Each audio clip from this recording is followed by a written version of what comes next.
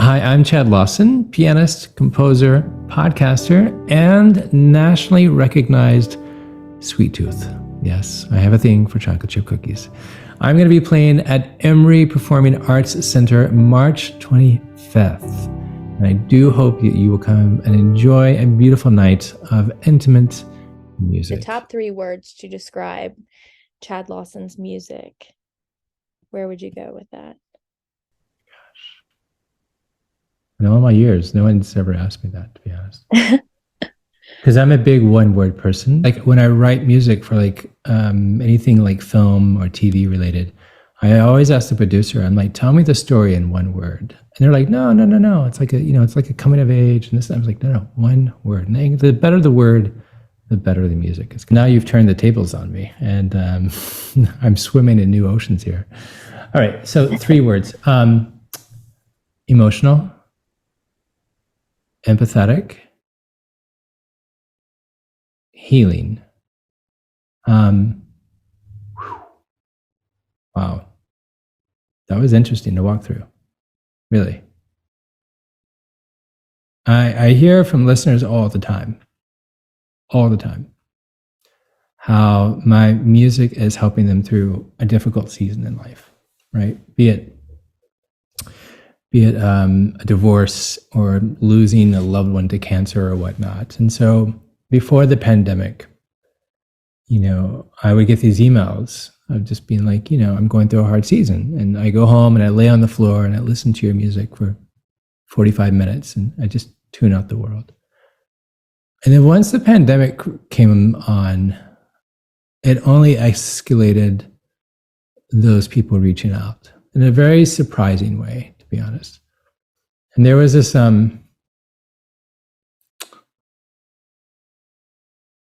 one lady. It was a Saturday morning at 7 a.m. I will never forget this. And her email said, I'm sitting here and I'm listening to one of your songs, and the tempo of the song matches the pacing of my husband's breath as he takes his last one. And I get those quite often. You'd be surprised. But that one really struck for some reason.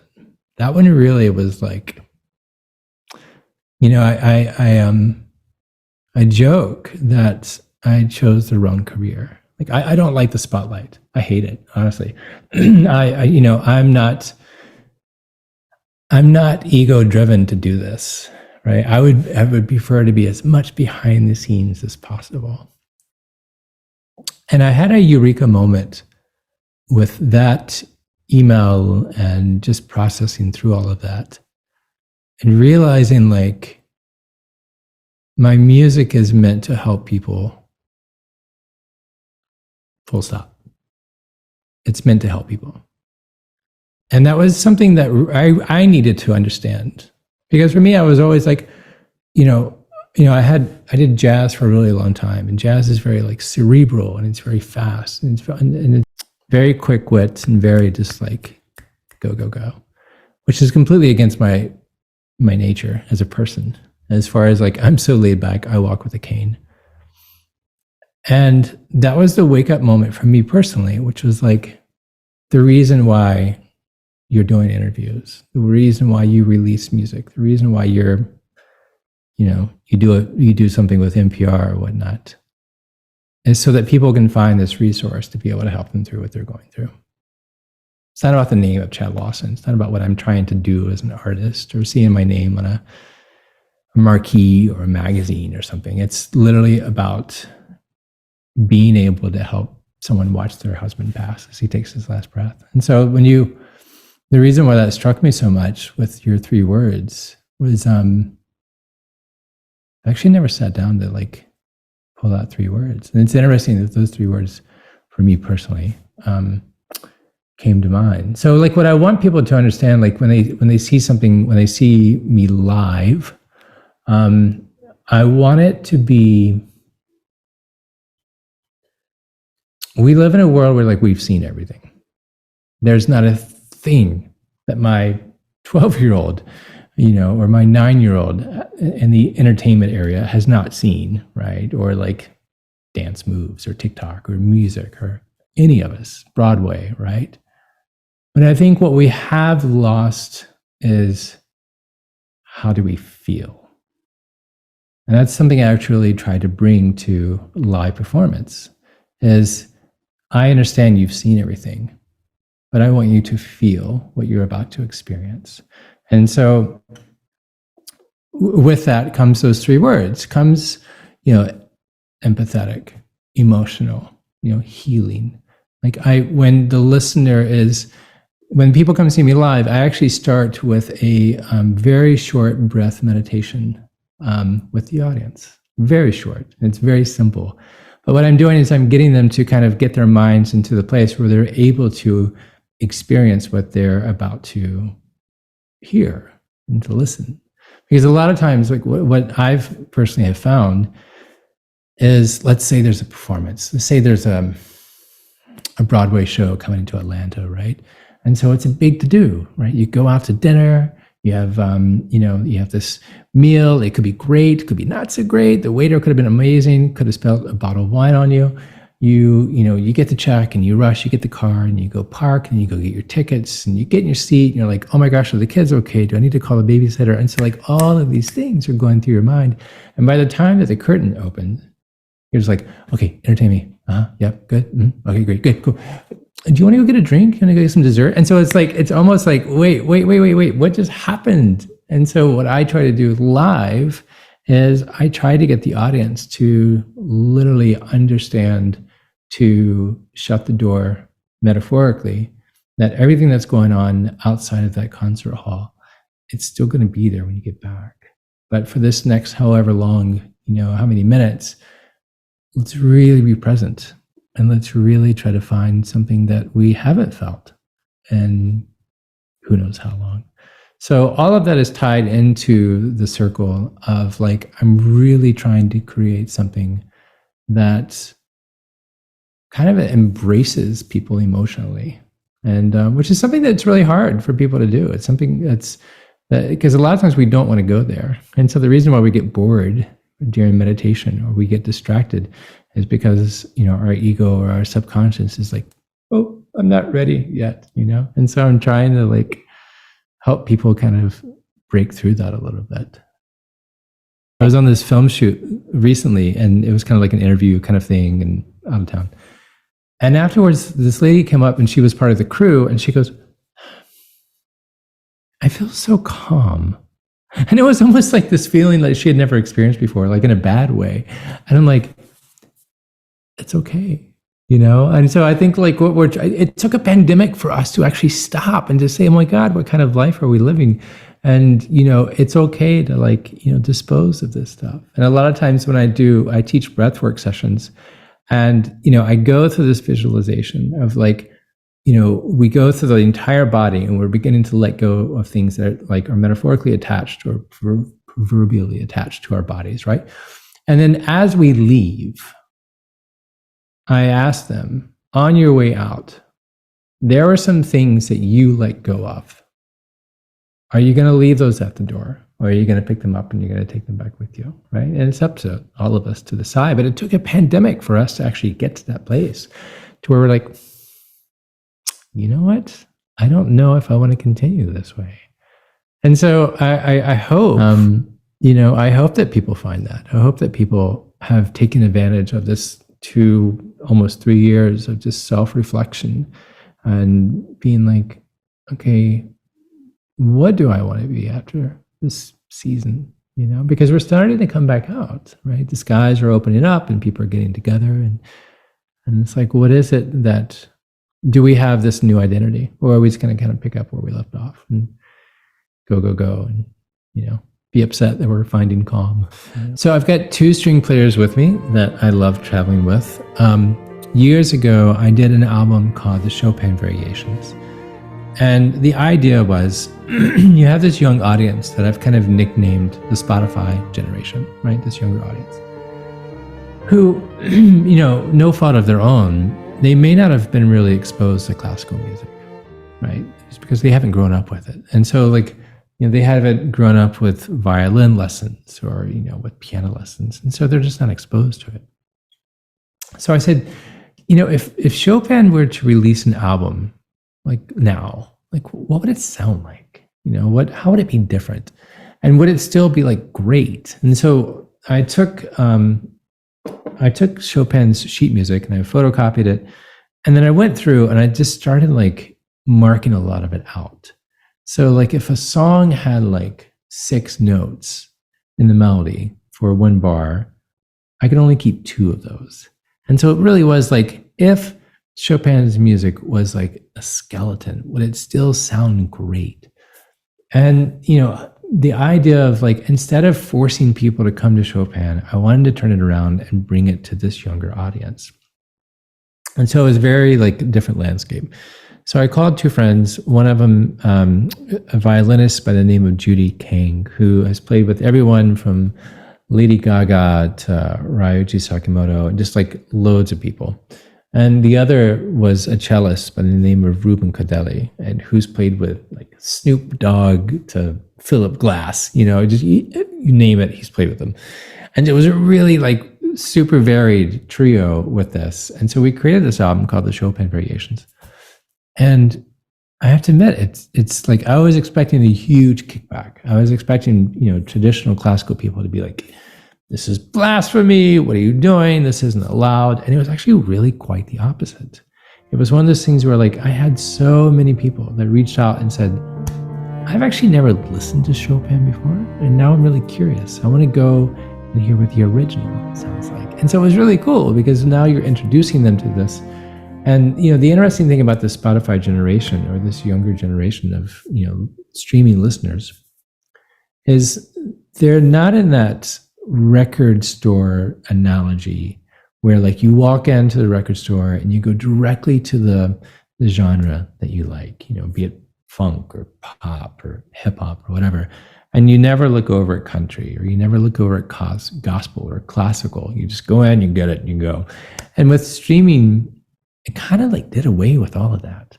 And so now you have like my largest listening audience is 18 to 34 for my kind of music. And the interesting thing is like those listeners, Sunday through Thursday, my numbers are sky high. Now come Friday, it drops like a rock because nobody wants to listen to this kind of music on the weekends because they want to let their hair down, they want to party, they want to have fun. I get that. Sun, moon, we need both. But come Sunday night, those numbers go back up again, right? So I'm super stoked to have the 2 string players with me because they bring such like a beautiful sound, a beautiful tone with this album. So we have Judy on violin, and we have a cellist by the name of Seth Parker Woods, who's just unbelievable. And so we're going to hear some of the Chopin stuff. We're going to hear some Billy Eilish. We're going to hear some of my own material. And we're also just going to be able to just kind of take an exhale, and just like set ourselves up perfectly for, the week ahead and get rid of those, Sunday scaries. So I'm super stoked. I'm super excited. I really am. And so there is a podcast called Lore Podcast. And so Lore is like the history of folklore. It's done by my friend Aaron Mankey. And in my mind, that's kind of like the next season of scoring as far as like film and television and whatnot. I think podcasts, you're going to begin to see a lot more composers that are, focusing strictly on podcasting. And even Hans Zimmer, he said the screen is dead. It's all moving over to podcasting. I don't know if he truly meant that or not. But even with this podcast of Aaron Mankey's called Lore, the interesting thing about it is the music is the content, the subject matter is super like spooky. I mean, it's the history of folklore, but they're like true stories. I mean, this is stuff that like really, really happened. And it creeps me out. I actually don't even listen to the podcast because I'm just like, I don't do well with that kind of stuff. And so I think like the one episode that I listened to, I was like, I'm going to do this. I couldn't sleep for like 6 months. I was just like, And so what I do is I ask him, I'm like, give me one word of what the episode's going to be about. And then I'll write music for, that one word and I'll send it to you. And he'll say Outcast or whatever. And then I'll just write some music thinking about Outcast, and then I send it to him. And it works. And then it got picked up by Amazon Prime a couple of years ago, and they turned it into a television show for Amazon. And sure enough, that one episode that kept me awake for 6 months was the very first script that they sent over for the TV series. And I'm just like, oh my gosh, are you kidding me? But it was good. It was good. I was able to kind of, detach. There were still some scenes in some of the episodes that I have no idea what they look like because I had to turn my head, and I hoped that what I was playing musically that it fit, and nobody complained, which is a good thing. But picking up as far as the podcast is concerned, when COVID hit in 2020, I was grounded. Again, going back to where you have this pandemic, and all of a sudden no one's traveling, and so as a musician who tours quite frequently, that was quite challenging. It's just like, okay, what do I do with this now? And I'm a creative, and it's really hard for me to sit on my hands. And so I was like, you know what? I had been studying the marriage of music and mental health. And so it just made sense to go ahead and dive in and create a podcast that was centered around emotional and mental health, and just give it a go. I mean, I'm an extreme empath by nature. And so this was something that was very, passion piece for me. And so in September of 2020, I started this podcast called Calm It Down, as in calming down the mind. And, I created it thinking it was going to be short term. It was just going to be a few months and the pandemic would be done and everybody would be back to normal. Obviously wasn't the case. And, now it's over 3 million episode downloads, and it's in the top 1% of podcasting. And it really has taken on a whole life of its own, to be honest. And now it's one of those things where yes, the skies are opening up. I'm traveling a lot, and it was 2 days a week I didn't have to begin with, but I just can't shut it down now because, the listeners each week that just reach out. I mean, it's heartbreaking and heartwarming at the same time. But the emails that I hear from are everything from suicide to sexual abuse. And it's really difficult just to be like, okay, I'm going to go get back on a plane now, and wish you guys, best of luck. So that's been something that's been, honestly, it's been really helpful for me, because it's also been a really nice distraction of just work, piano wise. And so it's almost like this nice reprieve, almost nice break. And the interesting thing is, it's really brought that community of the people that listen to my music closer. And so, I was playing a show recently in London, and I had 3 nurses that came up after the show, and they were like, we listen to your podcast every week, and then, we heard you mention it, and we didn't even know you played piano. So we thought, oh, let's come and see, him play piano. And so it's cyclical. The people that hear the podcast, they find the music, and the other way around. And it's really been, it's been good for me emotionally. And I think it's been good for a lot of other people. So I'm curious to see, where it goes. I'm excited to see where it goes. But it's one of those things where it kind of fits into exactly what the music is doing as well, which is really just trying to provide an avenue for people to, to go through their most difficult times. So, yeah. So much to my mom's chagrin, I dropped out of college, and because I knew what I wanted to do. I wanted to do music, and I wanted to be a studio musician when I was there. So I wanted to be able to play every style really well, and that was my hope. And so at Berkeley, and this is back in the early 90s, 93, they had all of these recording studio engineer students who were always looking for musicians, and so I was, very aggressively pursuing any studio time I could get as far as playing. And it got to the point where I started getting phone calls outside of Berkeley, in Boston, as far as coming to play on, recording sessions. I'm like, what am I doing? Why am I spending my parents' money doing this? And and so after 2 years, I dropped out, and I'm a self-learner. So when I want to learn something, I'm all in, and I'm very curious by nature.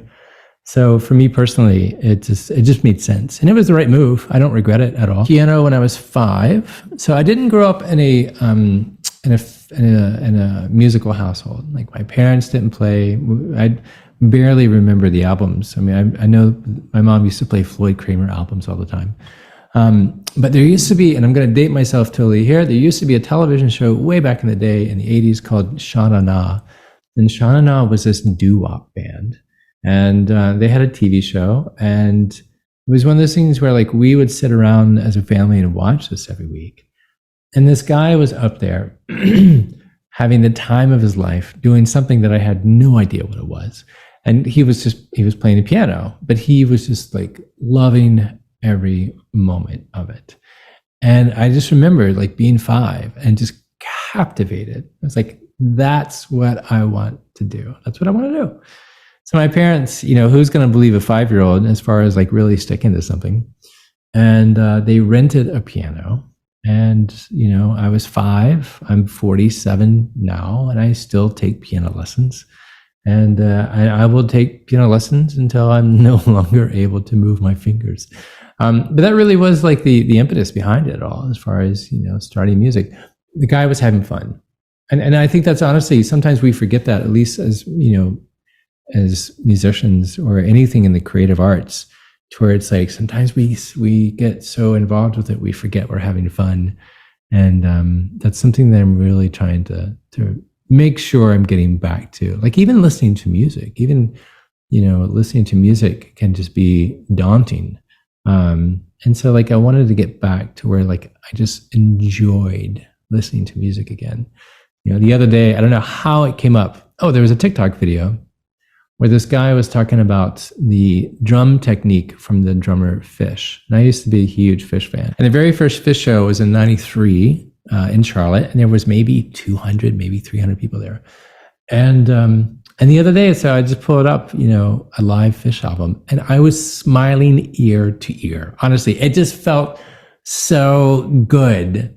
And I'm playing it, and my 12-year-old hears it, and he's like, "What's this?" And I'm like, "Well, this is Fish," And so he's like, "I kind of like this," And it's like it all goes back to that. It's like you find something that you really love because it makes you feel good and you really enjoy it, and that's something that I've always tried to keep at the forefront with what I'm doing, musically speaking. When we hear something, we instantly go back to where we heard it. Right. And so like there's almost like this emotional soundtrack to when we hear something.